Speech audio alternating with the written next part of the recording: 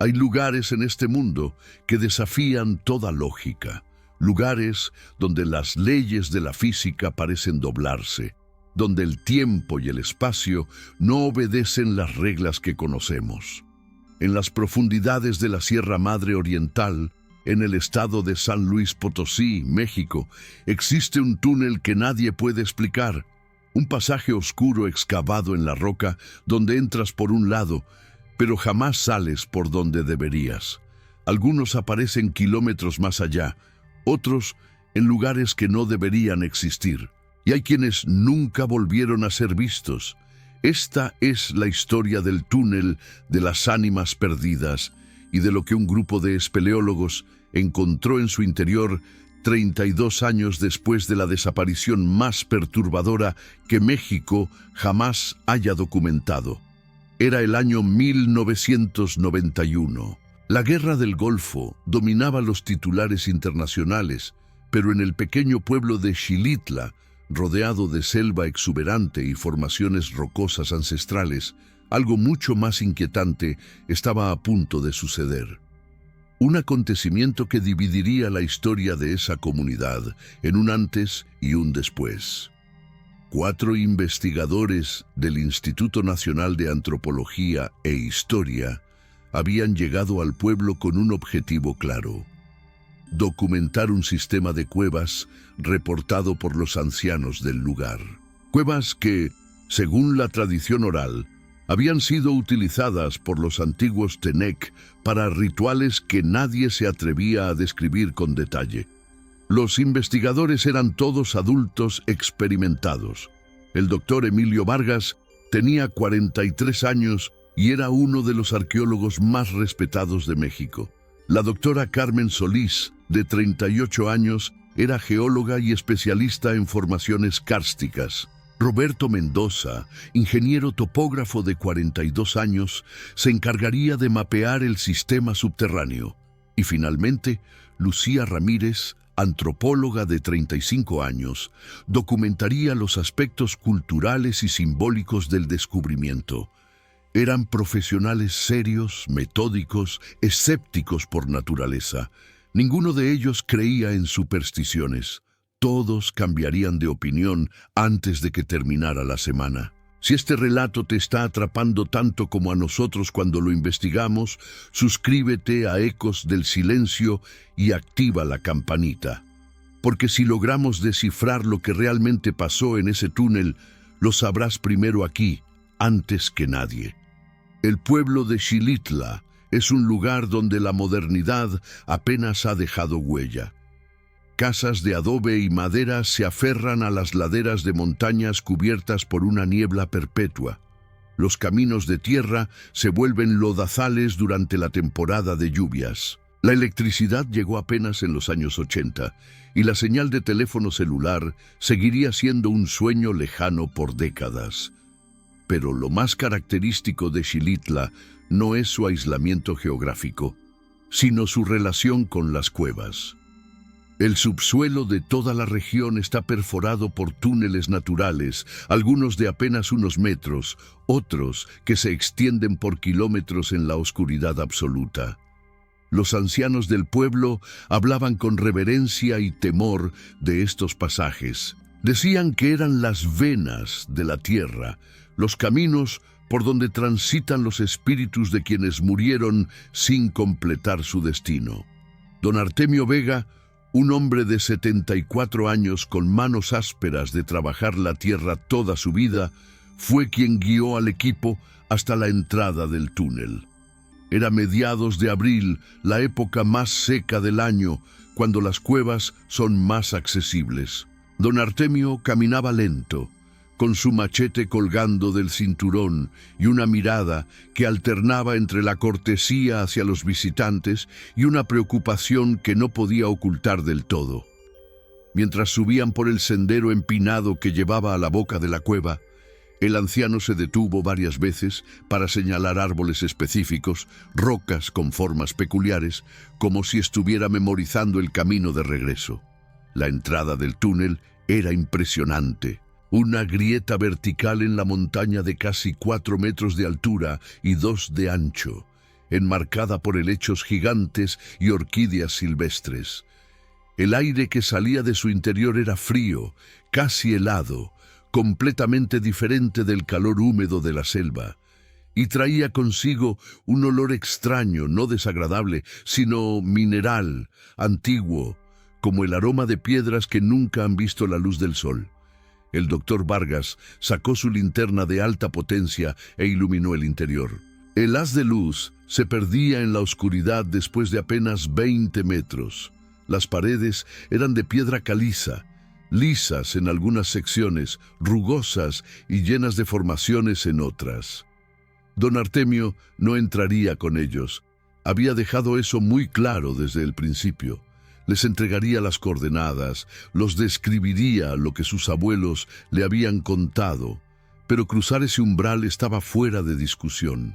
Antes de que el equipo comenzara su descenso, el anciano les advirtió con una voz que temblaba ligeramente: si escuchan voces allá abajo, voces que suenan como las de ustedes mismos, no respondan. Y si ven una luz que no viene de sus linternas, no la sigan. Este túnel no es como los demás. Aquí la montaña no perdona a quien no respeta sus secretos. Los investigadores intercambiaron miradas. Carmen Solís incluso sonrió levemente, el tipo de sonrisa condescendiente que los académicos reservan para el folclore local. Roberto Mendoza tomó notas en su libreta, clasificando las advertencias como creencias tradicionales, posible origen en accidentes previos. Lucía Ramírez, la antropóloga, fue la única que tomó las palabras de don Artemio con seriedad profesional, grabándolas en su pequeña grabadora de casete. El doctor Vargas le dio un apretón de manos al anciano, le agradeció su tiempo y le aseguró que volverían antes del anochecer. Don Artemio asintió, pero sus ojos decían otra cosa. Decían que ya los estaba despidiendo para siempre. Eran las 9:15 de la mañana cuando el equipo ingresó al túnel. El doctor Vargas iba adelante, seguido por Carmen, luego Roberto con su equipo de topografía y Lucía cerrando la formación con la cámara de video. Los primeros 50 metros fueron relativamente sencillos. El pasaje descendía en un ángulo suave, con el techo lo suficientemente alto como para caminar erguidos. Las paredes mostraban estriaciones naturales, evidencia del agua que había tallado esos caminos durante milenios. Roberto iba dejando marcas de pintura fluorescente cada 10 metros, una práctica estándar para no perderse en sistemas de cuevas complejos. Pero algo comenzó a cambiar alrededor del minuto 15 de grabación. La temperatura bajó drásticamente, tanto que Carmen comentó que parecía haber entrado a un refrigerador. Sus alientos se volvieron visibles, pequeñas nubes de vapor en el aire inmóvil de la cueva, y entonces notaron algo que no tenía explicación lógica. Las marcas de pintura que Roberto había dejado estaban desapareciendo, no desvaneciéndose gradualmente, sino borrándose como si una mano invisible las limpiara. Roberto regresó sobre sus pasos, confundido, buscando la última marca visible. Había desaparecido por completo. La roca estaba limpia, como si nunca hubiera sido tocada. El doctor Vargas decidió que continuarían, pero mantendrían contacto visual constante entre todos. No se separarían bajo ninguna circunstancia. Avanzaron otros 100 metros hasta llegar a una bifurcación. El túnel se dividía en dos pasajes de tamaño similar. Roberto sacó su brújula para registrar las direcciones. La aguja comenzó a girar erráticamente sin encontrar el norte, girando en círculos cada vez más rápidos. Carmen verificó con su propia brújula. Mismo resultado. Algo en esa cueva estaba interfiriendo con los campos magnéticos. Eligieron el túnel de la izquierda porque parecía más amplio. Fue la última decisión que tomarían juntos, porque 20 minutos después, cuando miraron hacia atrás, el túnel por el que habían venido ya no estaba allí. Solo había una pared sólida de roca, como si siempre hubiera estado así. como si el camino de regreso nunca hubiera existido. El pánico en espacios cerrados tiene un sonido particular. Es una respiración que se acelera, un silencio donde debería haber palabras, el ruido de manos tocando paredes, buscando algo que acaba de desaparecer. Durante los siguientes 15 minutos, el equipo del Dr. Vargas experimentó ese pánico en su forma más pura. Roberto Mendoza golpeaba la pared sólida con sus puños, buscando alguna grieta, algún indicio de que el pasaje seguía ahí, pero oculto. Carmen Solís iluminaba con su linterna cada centímetro de roca, buscando una explicación geológica que su mente científica pudiera aceptar. Lucía Ramírez simplemente se había sentado en el suelo, abrazando su cámara, grabando todo con manos temblorosas. El Dr. Vargas fue quien logró imponer algo de orden. Con una voz que intentaba sonar más firme de lo que realmente se sentía, recordó al equipo que el pánico era su peor enemigo. Tenían provisiones para 2 días, agua suficiente y equipo de iluminación con baterías de respaldo. La montaña estaba llena de túneles interconectados. Si seguían avanzando metódicamente, encontrarían otra salida. Tenía que haberla. Las leyes de la física no podían simplemente dejar de funcionar porque sí. Pero en el fondo de su mente, una vocecita comenzaba a susurrar algo que no quería admitir. Quizás don Artemio había tenido razón. Quizás ese túnel realmente era diferente. Continuaron avanzando. El pasaje se estrechaba y ensanchaba de forma irregular, a veces obligándolos a caminar de lado, otras abriéndose en cámaras tan amplias que sus linternas no alcanzaban a iluminar el techo. Roberto intentaba mantener un mapa mental de los giros, contando pasos, memorizando formaciones rocosas distintivas, pero nada parecía tener sentido. Llegaban a cámaras que juraban haber visto antes, pero desde ángulos imposibles. Pasajes que deberían llevarlos de regreso en realidad los conducían más profundo. Y entonces comenzaron a escuchar las voces. Al principio era tan sutil que cada uno pensó que lo había imaginado. Un murmullo distante, como conversaciones en una habitación lejana. Pero gradualmente se volvió más claro. Eran voces humanas, y lo más perturbador, sonaban exactamente como ellos mismos. Carmen fue la primera en admitirlo en voz alta. Dijo que había escuchado su propia voz pronunciando su nombre, viniendo desde un túnel lateral. Los demás asintieron, aliviados de no ser los únicos. Roberto había escuchado a alguien decir, «Por aquí hay luz», con su propia entonación, su propio acento. Lucía juraba haber oído la risa del Dr. Vargas, pero cuando miró, él tenía el rostro completamente serio. El Dr. Vargas recordó la advertencia de don Artemio. Si escuchan voces que suenan como las de ustedes mismos, no respondan. Pero qué fácil es dar ese consejo desde afuera, bajo la luz del sol. Qué diferente es cuando estás a cientos de metros bajo tierra, perdido en un laberinto que no debería existir, y escuchas tu propia voz llamándote desde la oscuridad. Decidieron hacer un experimento. Roberto gritó su propio nombre hacia uno de los túneles laterales. Esperaron. 5 segundos de silencio. 10, 15.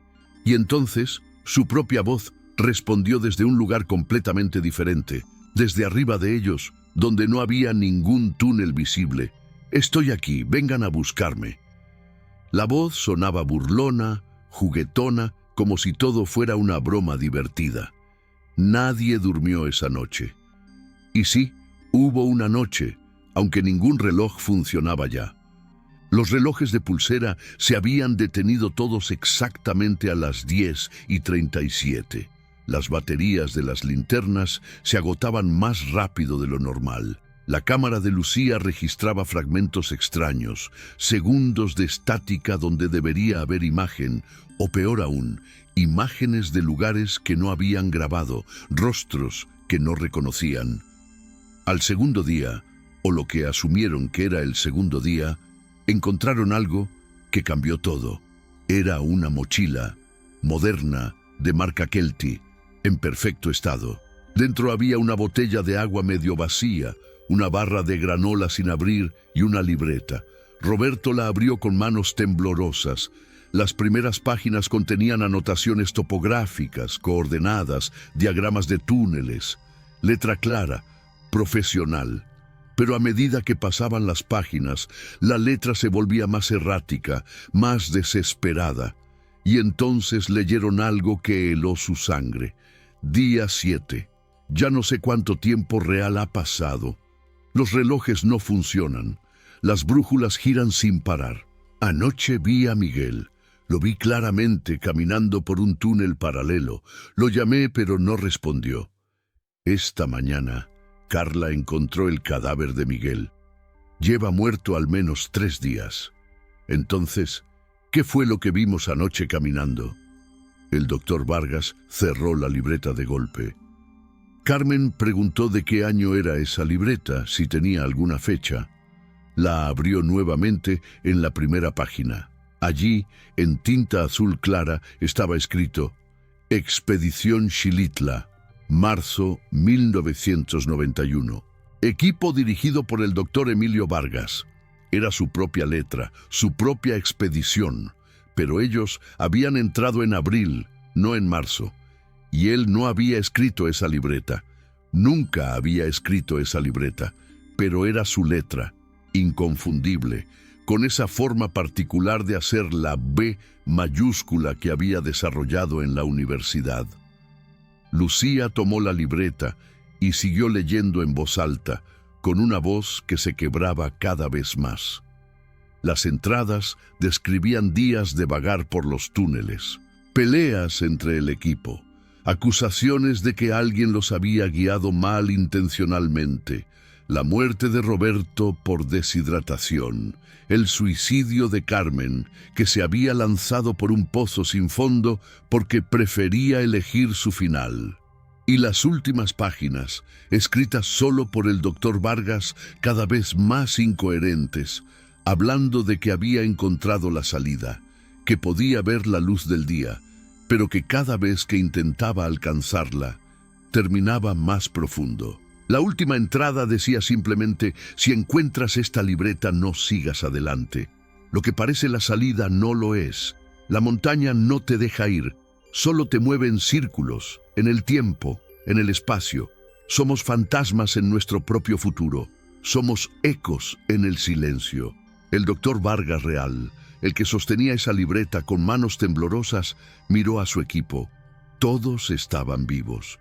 Todos estaban bien. Relativamente, esa libreta era imposible. Era una broma cruel, una ilusión. Tenía que serlo. Pero entonces Roberto señaló algo en el suelo un poco más adelante.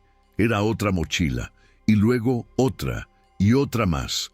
5 mochilas en total, todas idénticas, todas con la misma libreta dentro, todas con la misma historia de muerte y desesperación, todas escritas con la letra del doctor Vargas, pero cada una terminaba en una fecha diferente. Una en el día 7, otra en el día 14. La más larga llegaba hasta el día 32, y las últimas páginas no eran ni siquiera palabras coherentes, solo garabatos circulares que cubrían página tras página. Carmen hiperventilaba. Roberto lloraba en silencio. Lucía seguía grabando, porque ya no sabía qué más hacer, y al menos la cámara le daba una sensación de propósito. El doctor Vargas intentaba procesar lo imposible. Esas libretas sugerían que ya habían muerto, que morirían, que estaban atrapados en algún tipo de ciclo temporal, viviendo y muriendo una y otra vez en ese túnel maldito. Fue entonces cuando vieron la luz.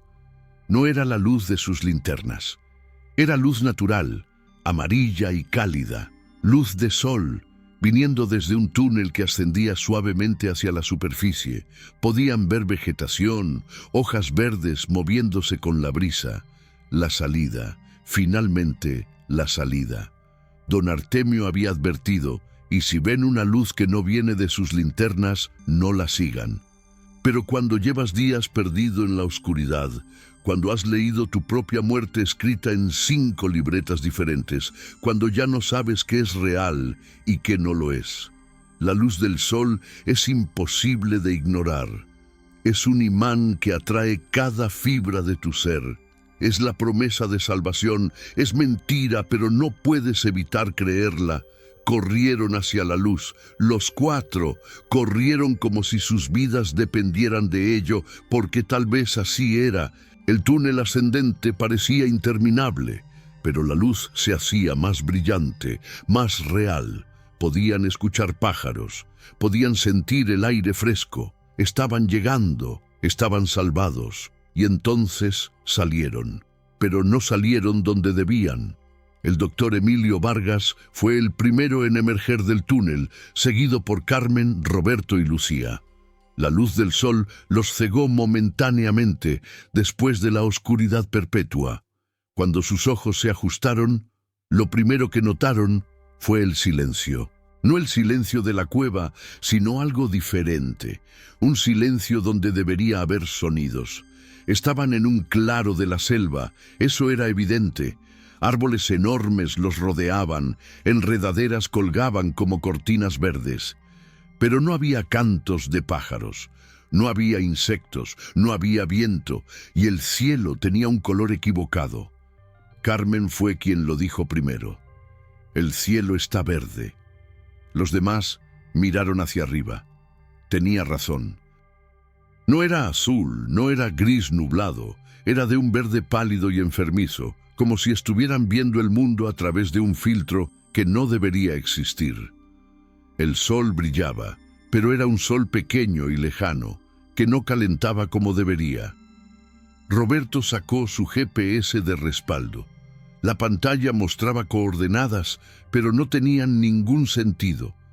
Según el dispositivo, estaban a 400 kilómetros al norte de Xilitla, en pleno desierto de Coahuila, pero estaban rodeados de selva tropical. El GPS tenía que estar descompuesto, todo tenía que estar descompuesto. Lucía apuntó su cámara hacia el cielo verde, luego hacia los árboles sin vida. Presionó el botón de grabación. La luz roja parpadeó 3 veces y se apagó. La batería estaba muerta, pero acababa de cambiarla antes de salir de la cueva. Había tenido carga completa. Decidieron buscar el pueblo. Xilitla no podía estar lejos. Habían estado bajo tierra tal vez 3 días como máximo. Solo necesitaban orientarse, encontrar algún sendero, alguna señal de civilización. Comenzaron a caminar. Caminaron durante horas. La selva no cambiaba, los mismos árboles, las mismas formaciones rocosas, como si estuvieran caminando en círculos, pero sin volver nunca al mismo punto exacto. Roberto marcaba árboles con su navaja, tallando flechas direccionales. Pasaban junto a árboles sin marcas. Nunca encontraban sus propias señales, y entonces vieron la casa. Era una construcción pequeña, de madera y lámina oxidada, medio oculta entre la vegetación. Parecía abandonada, pero no completamente en ruinas. Había ropa tendida en un alambre, ropa que se mecía suavemente, aunque no había brisa. El doctor Vargas llamó hacia la casa. No hubo respuesta. Llamó más fuerte. El silencio se sentía casi sólido, como si absorbiera los sonidos. Se acercaron con cautela. La puerta estaba entreabierta. Roberto la empujó completamente.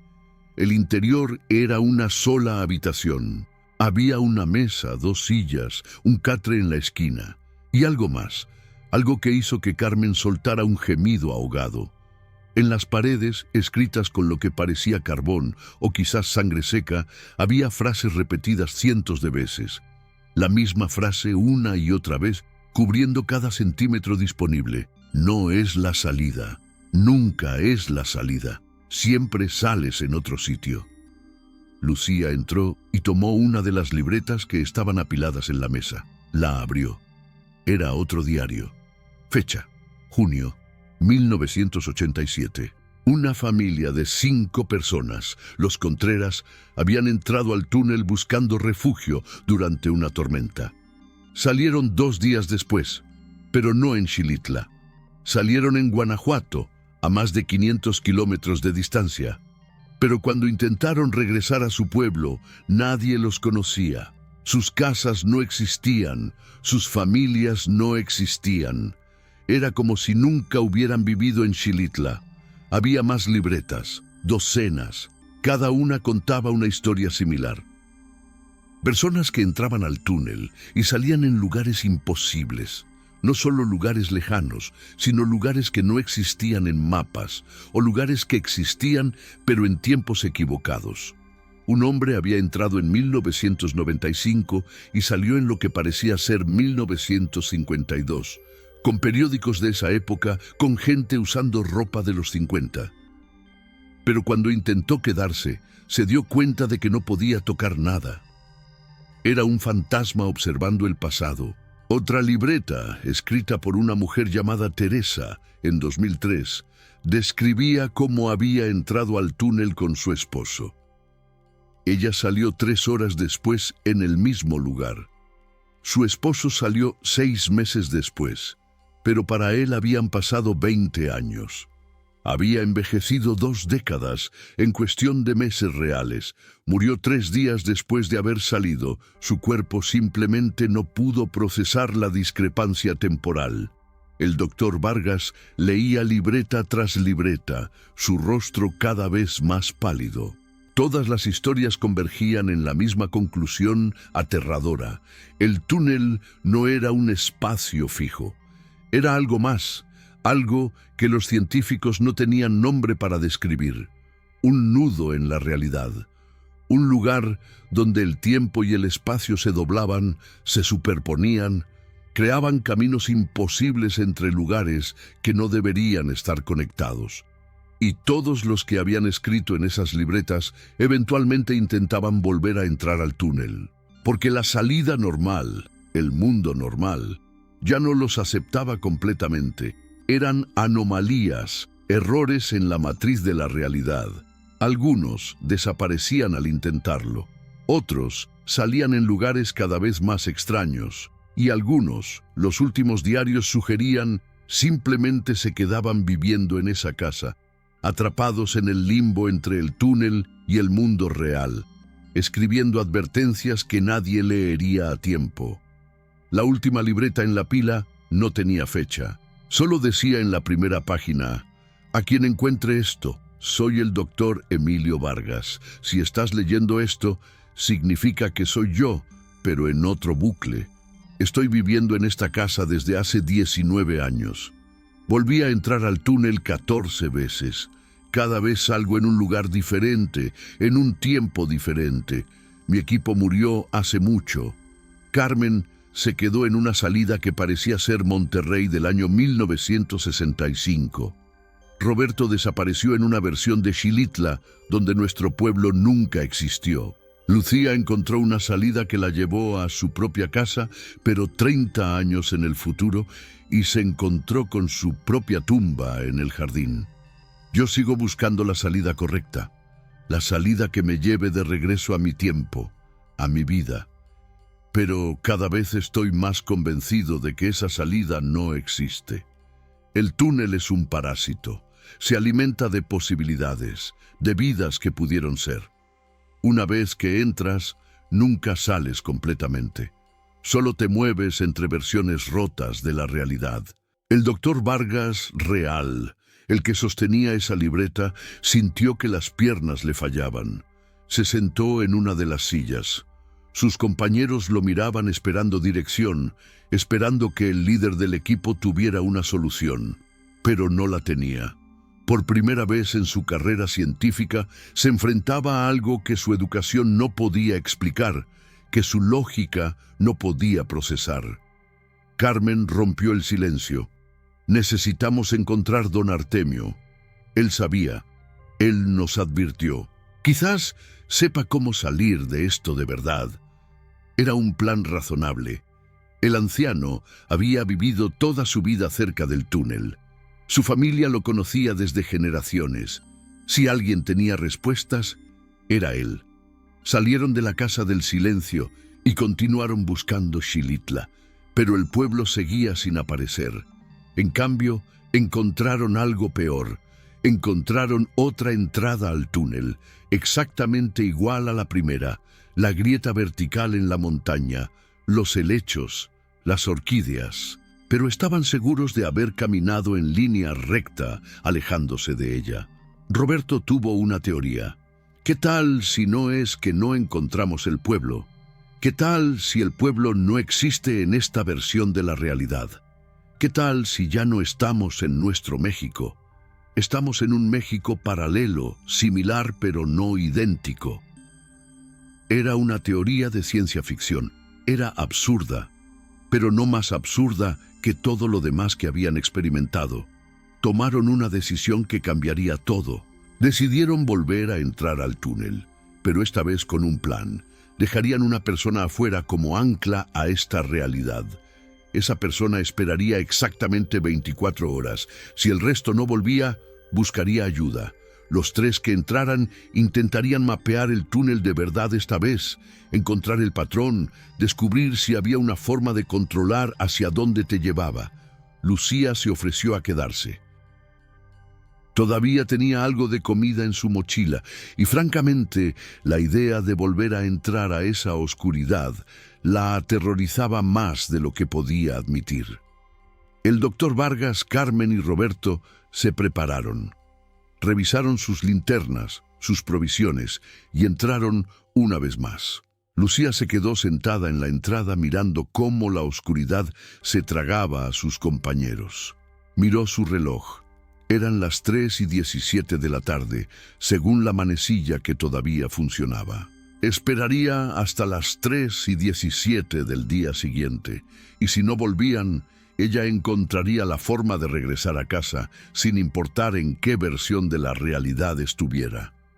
Las primeras horas fueron tolerables. La luz del día, aunque de ese color verde enfermizo, la hacía sentir relativamente segura. Pero cuando comenzó a oscurecer, el verdadero terror empezó, porque la noche no era normal, no se oscurecía gradualmente. Simplemente el cielo pasó de ese verde pálido a negro absoluto en cuestión de segundos, como si alguien hubiera apagado un interruptor. Y en esa oscuridad comenzó a escuchar cosas saliendo del túnel. No eran sus compañeros, eran los ecos de voces. Cientos de voces superpuestas, todas hablando al mismo tiempo, todas contando historias de desapariciones, todas rogando por ayuda. Y entre esas voces, clara y cristalina, escuchó la suya propia diciendo: «No debí quedarme sola. Ahora nunca me encontrarán». Lucía Ramírez no durmió esa noche, no podía. Cada vez que cerraba los ojos, las voces del túnel se volvían más fuertes, más insistentes. Eran las 4 de la mañana, según su reloj, cuando finalmente vio algo que la hizo olvidar completamente el miedo. Una luz, pero no venía del túnel. Venía desde el bosque, acercándose lentamente entre los árboles. Era una linterna moderna, con luz LED blanca y brillante, y detrás de esa linterna, siluetas humanas. Se puso de pie de un salto gritando, agitando los brazos. «¡Aquí! ¡Estoy aquí! ¡Por favor, ayuda!». Las figuras se detuvieron. La luz la enfocó directamente, cegándola momentáneamente. Luego escuchó una voz masculina, joven, con acento que no podía ubicar completamente. «¿Lucía Ramírez, antropóloga del equipo de Vargas?». Ella asintió frenéticamente, las lágrimas comenzando a caer por sus mejillas. Alguien sabía quién era. Alguien los estaba buscando. Estaban salvados. Las figuras se acercaron. Eran 5 personas, todas vestidas con equipo de espeleología profesional, cascos con linternas incorporadas, arneses, cuerdas. Pero algo en su equipo se veía diferente, más avanzado de lo que ella conocía. El hombre al frente se quitó el casco.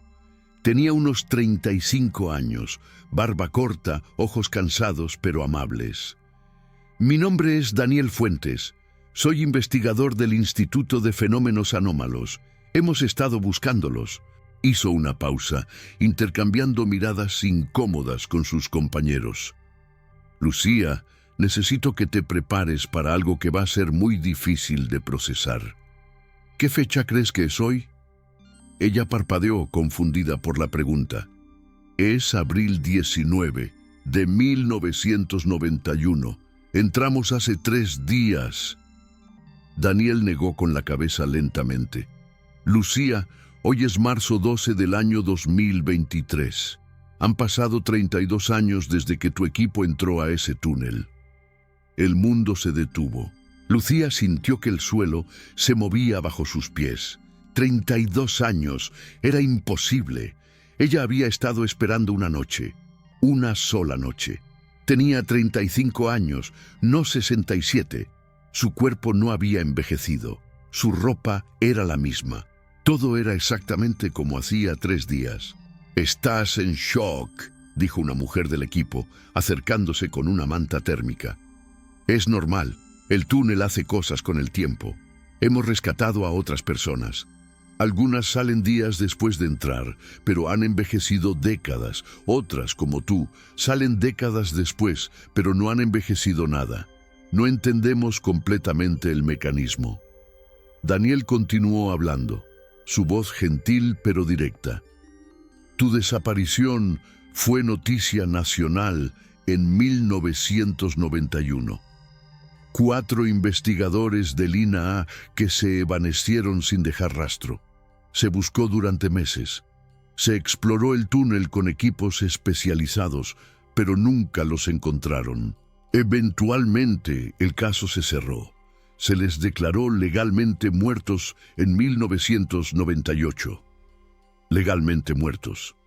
Lucía procesaba las palabras, pero no podían ser reales. ¿Y los demás? ¿El doctor Vargas, Carmen, Roberto? ¿Los encontraron? El silencio del equipo de rescate le dio la respuesta antes de que Daniel hablara.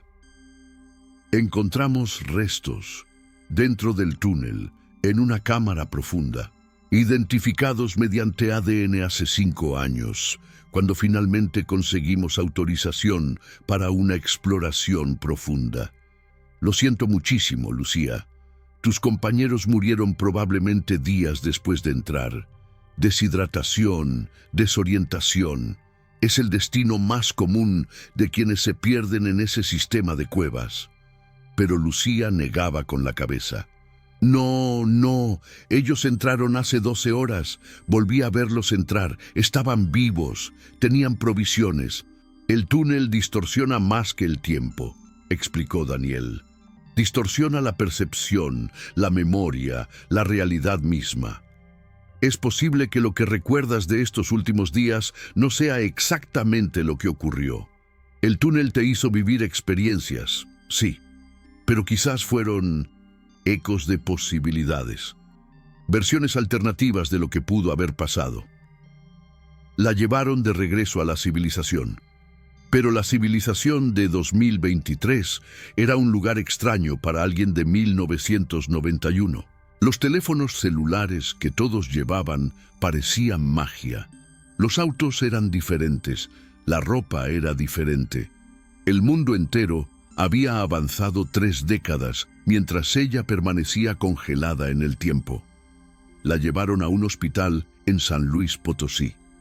Los doctores la examinaron exhaustivamente. Físicamente tenía 35 años. Su cuerpo no había envejecido un solo día, pero psicológicamente los traumas eran evidentes. Hablaba de libretas imposibles, de versiones múltiples del doctor Vargas, de un cielo verde y casas llenas de advertencias. Los psiquiatras tomaban notas, diagnosticaban estrés postraumático severo, disociación temporal.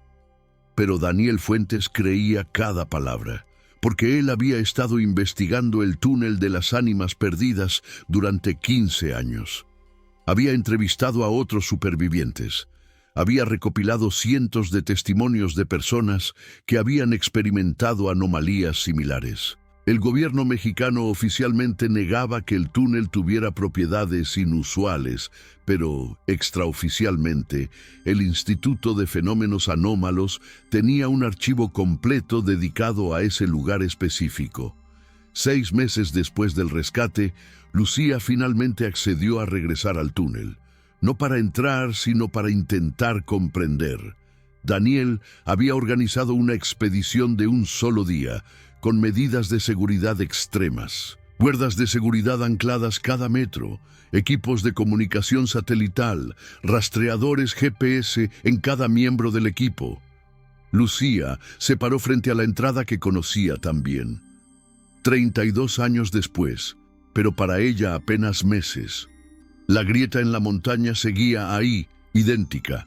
Los helechos, las orquídeas, el aire frío saliendo de las profundidades. Y grabado en una roca junto a la entrada, algo que no había notado cuando entraron por primera vez. Nombres, cientos de nombres tallados en la piedra, algunos tan antiguos que apenas eran legibles. Fechas que iban desde 1700 hasta el presente. Daniel señaló un nombre en particular. Mira este. Era de 1832. Decía: aquí entró mi hermano y salió en 1826, 6 años antes de entrar. Me contó cómo moriría. Tuvo razón. Lucía tocó las grabaciones con dedos temblorosos. Todas esas personas, todas esas vidas interrumpidas, fragmentadas, perdidas en los pliegues imposibles del túnel. Y entonces vio algo que la hizo llorar. Al final de la pared de nombres, grabados recientemente, estaban sus nombres. Los 4. Doctor Emilio Vargas, Carmen Solís, Roberto Mendoza, Lucía Ramírez. Y junto a cada nombre, 2 fechas, la fecha en que entraron y la fecha en que fueron encontrados. Pero junto al nombre de Lucía había una tercera línea, grabada con letra diferente, más reciente. Salió viva, la única que salió viva, 32 años después. ¿Quién grabó esto?, preguntó con voz quebrada. Daniel respiró profundo. Don Artemio Vega murió hace 8 años, con 103 años de edad. Pero hasta su último día vino aquí cada semana, esperándolos, esperando que alguno de ustedes saliera. Cuando supimos que habías aparecido, encontramos esta grabación nueva. La hizo poco antes de morir, como si supiera que eventualmente saldrías. Lucía se derrumbó, llorando, por sus compañeros muertos, por don Artemio que nunca dejó de esperar, por los 32 años de su vida que ya no existían, borrados por un capricho incomprensible de la realidad. Pero algo más llamó su atención. Junto a las grabaciones de nombres, casi oculta por musgo, había una placa metálica. Daniel la limpió con cuidado. Era reciente, colocada por el gobierno estatal. Decía: Túnel de las Ánimas Perdidas, entrada prohibida por decreto estatal. Zona de anomalía temporal documentada. Más de 200 desapariciones registradas entre 1723 y 2023. Si escuchas voces que suenan como la tuya, no respondas. Si ves luz que no viene de tu linterna, no la sigas. Este túnel no perdona, la montaña no olvida. Lucía miró hacia la oscuridad del túnel una última vez, y en esa oscuridad, por un momento, creyó ver una figura, una silueta que se parecía al doctor Vargas, observándola desde las profundidades. Levantó una mano, como despidiéndose. Lucía parpadeó y la figura desapareció. Quizás había sido su imaginación. Quizás había sido un eco, una posibilidad, un fragmento de uno de los bucles que había experimentado. Nunca lo sabría con certeza. Hoy, en el año 2025, Lucía Ramírez tiene técnicamente 69 años, pero aparenta 37. Trabaja para el Instituto de Fenómenos Anómalos, ayudando a otros supervivientes de experiencias similares. Ha dedicado su vida a entender el túnel, a mapear sus patrones, a buscar alguna lógica en el caos. Y cada año, el 19 de abril, regresa a la entrada del túnel, no para entrar, sino para grabar un nuevo nombre en la pared de piedra. Los nombres de las personas que desaparecieron ese año. Porque alguien tiene que recordar, alguien tiene que mantener la cuenta, alguien tiene que advertir a los que vengan después. El túnel de las ánimas perdidas sigue ahí, sigue esperando. Porque eso es lo que hace. Espera a que alguien más entre buscando aventura, buscando conocimiento, buscando respuestas. Y cuando entran, el túnel los toma, los dobla, los retuerce a través del tiempo y el espacio y los escupe en lugares donde nunca debieron estar. Algunos salen días después en lugares a kilómetros de distancia. Otros salen décadas después, sin haber envejecido. Y algunos nunca salen. Simplemente se quedan atrapados en los pliegues de realidades que se superponen, caminando eternamente por túneles que nunca terminan, buscando una salida que no existe. Porque ese es el secreto del túnel que nadie puede explicar. No es que entres aquí y salgas en otro sitio, es que nunca realmente sales. Solo crees que lo haces. Solo vives en una de las infinitas versiones de la salida, cada una tan real como la anterior, cada una tan falsa como la siguiente. Y si algún día decides entrar, recuerda las palabras de don Artemio, recuerda las advertencias grabadas en piedra, recuerda las libretas llenas de futuros que nunca debieron ser, y pregúntate, cuando finalmente salgas a la luz del día, ¿cómo puedes estar seguro de que ese día es real? ¿Cómo sabes que no estás todavía dentro, viviendo una ilusión de escape, mientras tu cuerpo real sigue caminando en círculos en la oscuridad? No puedes saberlo, nadie puede. Y esa es la verdadera maldición del túnel, la duda que nunca termina, el eco del silencio que resuena para siempre. Si esta historia te ha impactado tanto como a nosotros al investigarla, comparte este video con alguien que necesite saberlo. Suscríbete a Ecos del Silencio porque seguimos investigando lugares como este, lugares donde la realidad se quiebra y la verdad es más aterradora que cualquier ficción. Y si alguna vez visitas San Luis Potosí, si alguna vez ves una grieta en la montaña con helechos y orquídeas, si alguna vez escuchas sobre el túnel de las ánimas perdidas, aléjate, simplemente aléjate, porque algunas puertas nunca debieron ser abiertas. Algunos misterios nunca debieron ser investigados. Esta ha sido otra historia de Ecos del Silencio, donde el pasado nunca muere, solo espera en la oscuridad, esperando a que alguien más entre. Esperando para mostrarte que el tiempo no es una línea recta, es un laberinto, y una vez que entras, nunca encuentras realmente la salida, nunca.